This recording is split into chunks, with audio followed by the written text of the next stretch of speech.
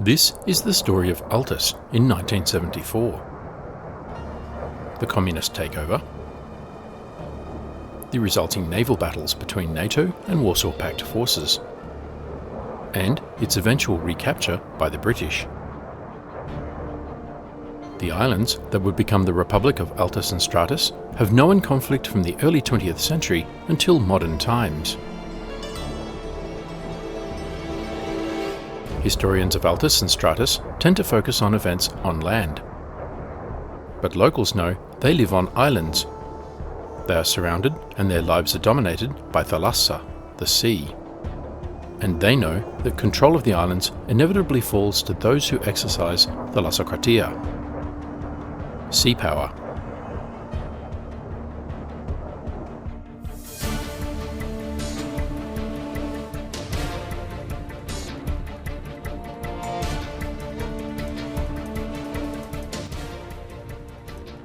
Altis has fallen, and a familiar face is sent on a dangerous mission to Stratis.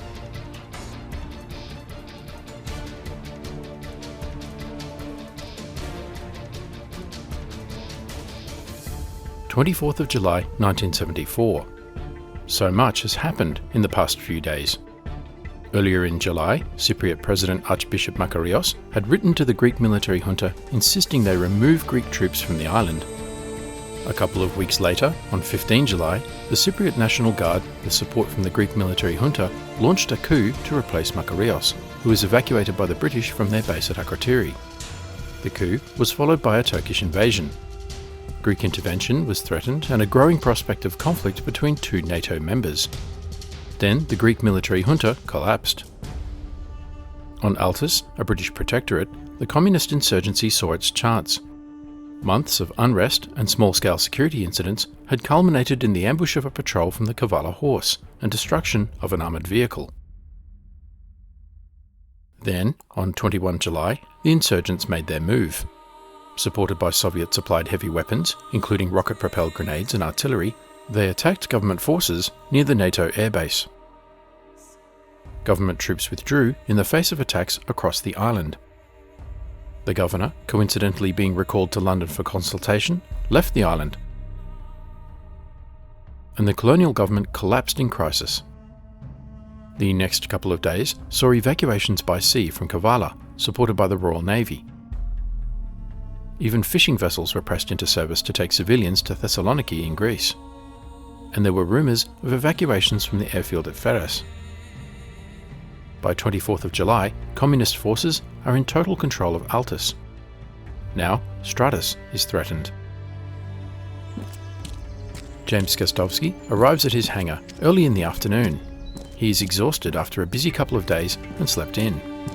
He is surprised to see an aircraft, both familiar and unfamiliar. No registration number. It is an unmarked Cessna 172 Skyhawk. And a pair of familiar individuals waiting for him. Company guy and Air Force guy. What a partnership. Hello, James.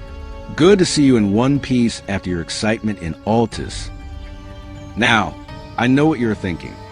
What is this beautiful unmarked Cessna with no registration doing in my hangar? Great question, James. The answer is even better. James, Joint Air Radar Station, Mike 26 on Stratis. You have flown over it a few times. Well, construction is complete, but we have not installed the radar equipment yet. 2 radar scientists are on Stratis at the site. They were working on getting it ready. But the Altis Fusiliers have abandoned them. Now, the communists have taken Altis. We are worried they will go after Stratis next. We can't afford for them to capture the technical experts.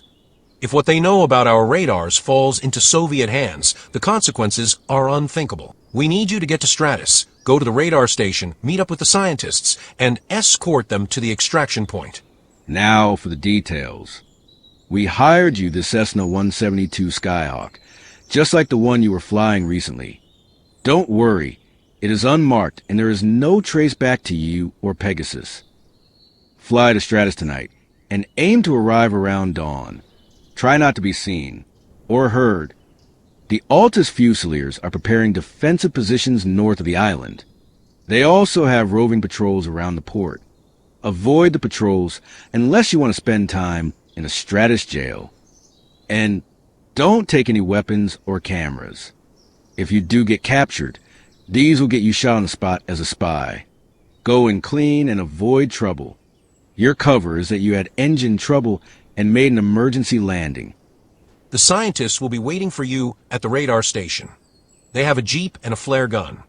But they are not military and cannot navigate or look after themselves in hostile territory. The extraction point is the monument at the southern tip of the island. A helicopter will be waiting off the coast to take the scientists. Use the flare gun to signal the helicopter to come in. Now, you're probably thinking, so I board the helicopter too, right? Wrong. That Cessna is a rental, and Uncle Sam is on the hook if you lose it. So, go ahead and return to the airport, and bring me back that Cessna. Uncle Sam wants a deposit back. Good luck, James. Oh, yeah. We heard about your humanitarian work over the last couple of days. I didn't have you down as an altruist. But don't worry, this one is a paying job. The briefcase is a company's way of saying thank you.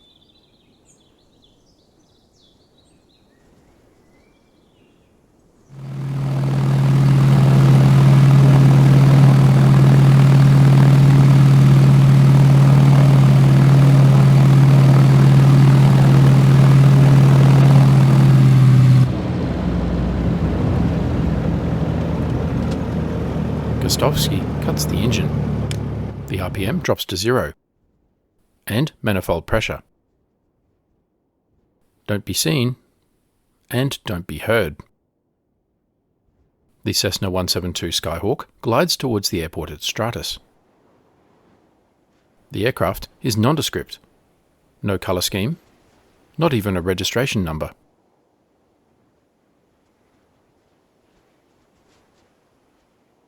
Inside is James Gostovsky, CEO of Pegasus Air, a private aviation business, and a former soldier, now under contract to the US government. His mission: extract the radar scientists from Joint Air Radar Station Mike 26. Avoid contact with local forces and civilians. No guns, no gadgets. He lines up on the runway and keeps a careful eye on his airspeed, attitude and altitude. Gostovsky is trying to land without being heard or seen. The small fishing village of Girna. He scans the coast.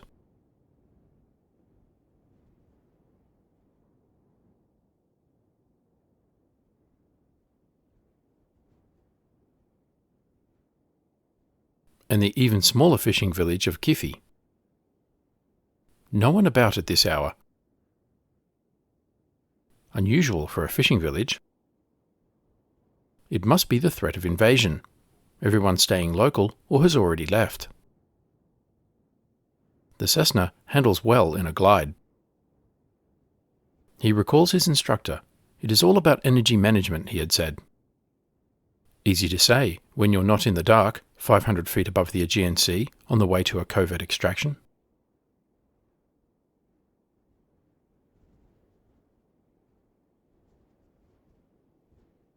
One wrong move, and he is swimming ashore with no easy way home.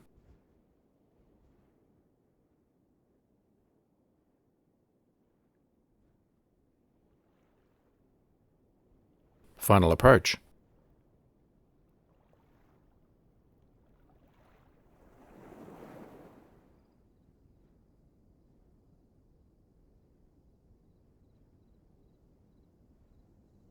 Touchdown.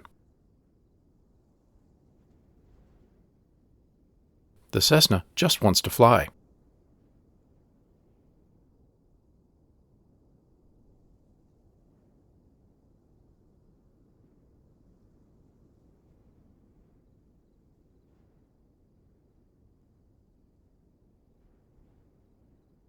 Finally, it rolls to a stop at the end of the runway.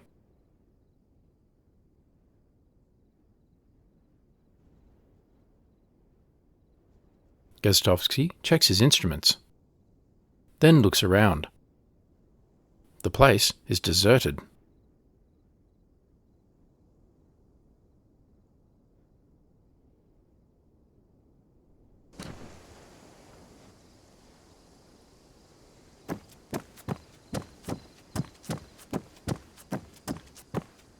Moving the plane would mean turning on the engine.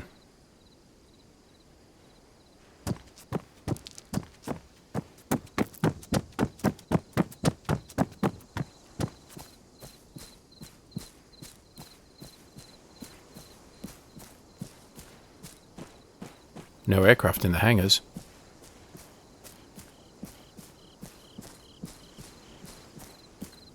And no lights in the control tower. No one is flying into or out of Stratis today. Officially, at least.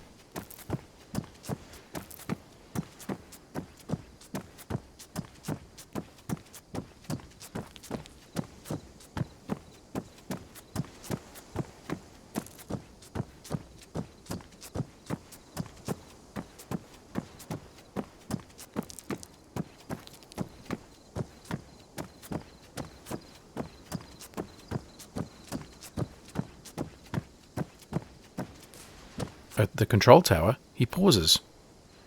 A bike. Perfect. No one else seems to be using it, and he can return it on the way out.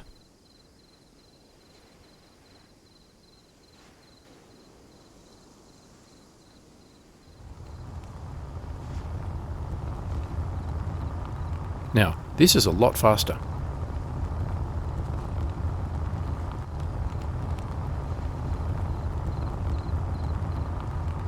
And quiet.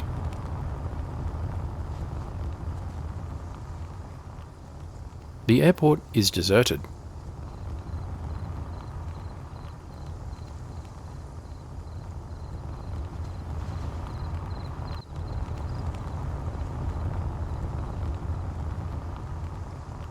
Gostovsky feels a childish pleasure in riding his bike down the empty streets.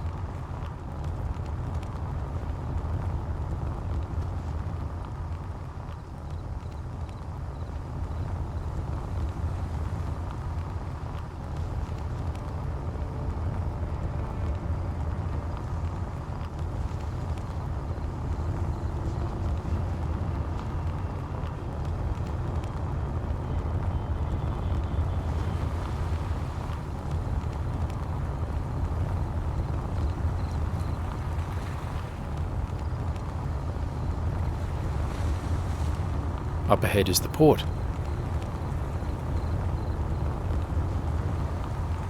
Ahia Marina.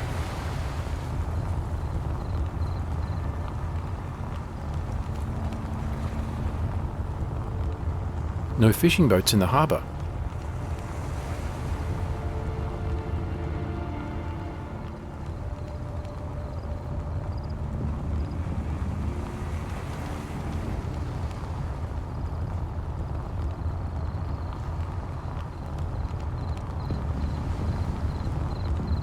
No one around. Ahia Marina. A fishing village is usually busy at this hour.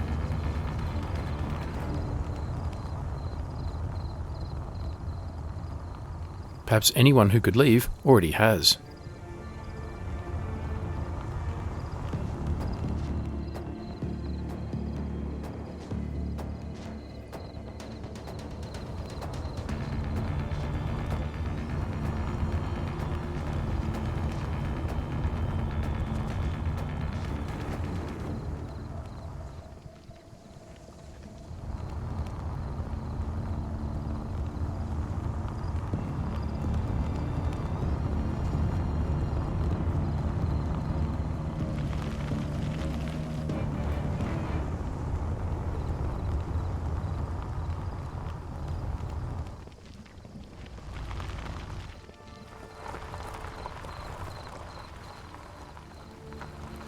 Ahia Marina.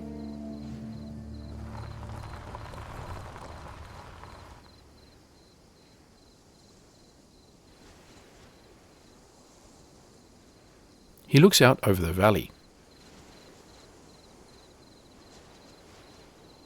Soldiers at the barracks. The Altis Fusiliers conducting morning parade. Let's move on.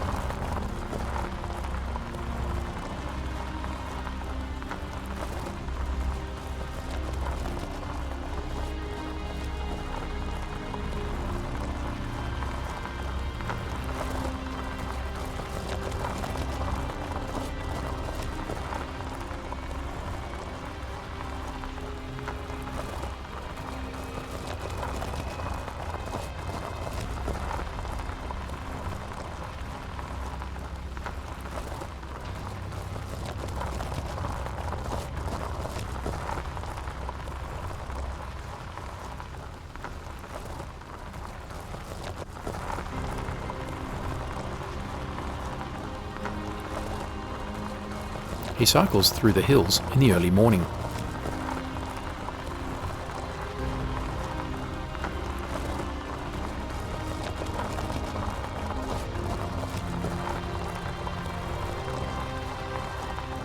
This could be a nice holiday in better times.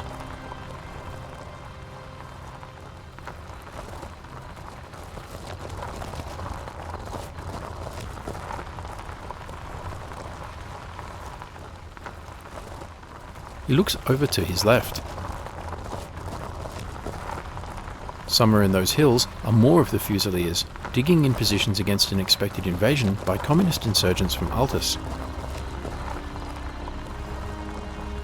aligned to the KKAS, or Communist Party of Altis and Stratis. Behind him, the Aegean.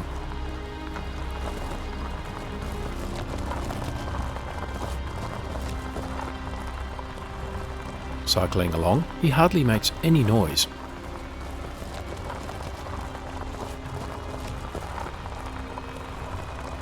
And his dark clothes blend into the pre-dawn landscape.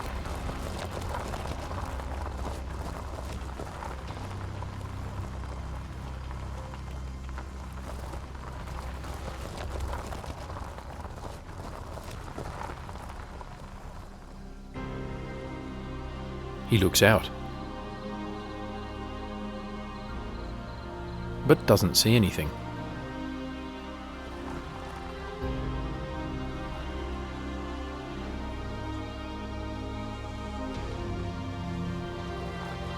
Let's continue. His thighs burn going up the hill.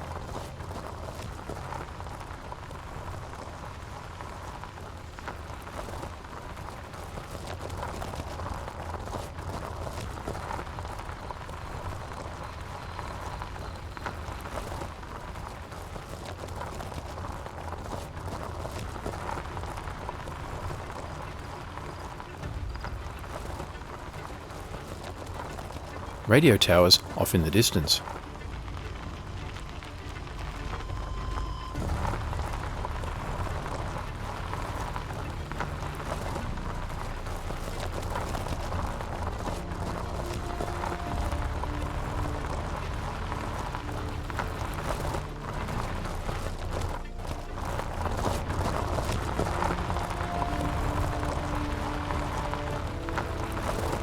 Ahead, the eastern coast of Stratis.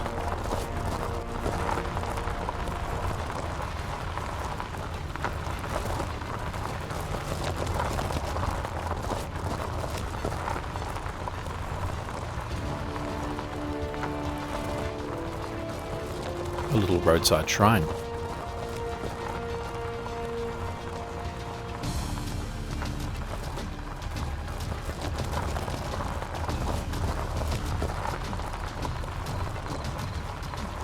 Just wait until my friends hear of this, Kostovsky thinks. My big top-secret mission, inserting to the top-secret RV, to extract the top-secret scientists. By bicycle. I will never live this down.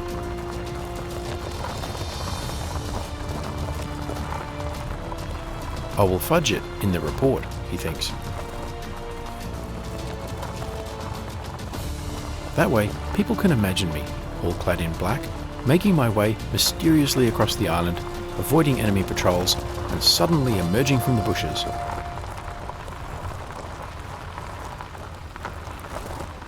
A much better war story than riding to the RV on a bicycle.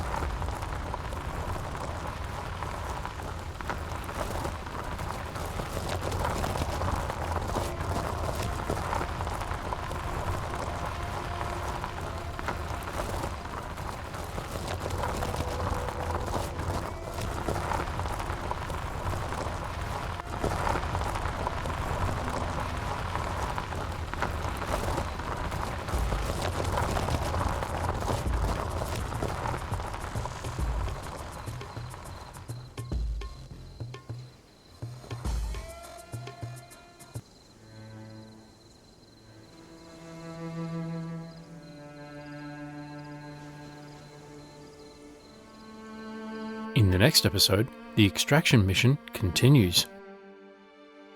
Please remember to like, comment, subscribe and donate, and stay tuned for the next episode.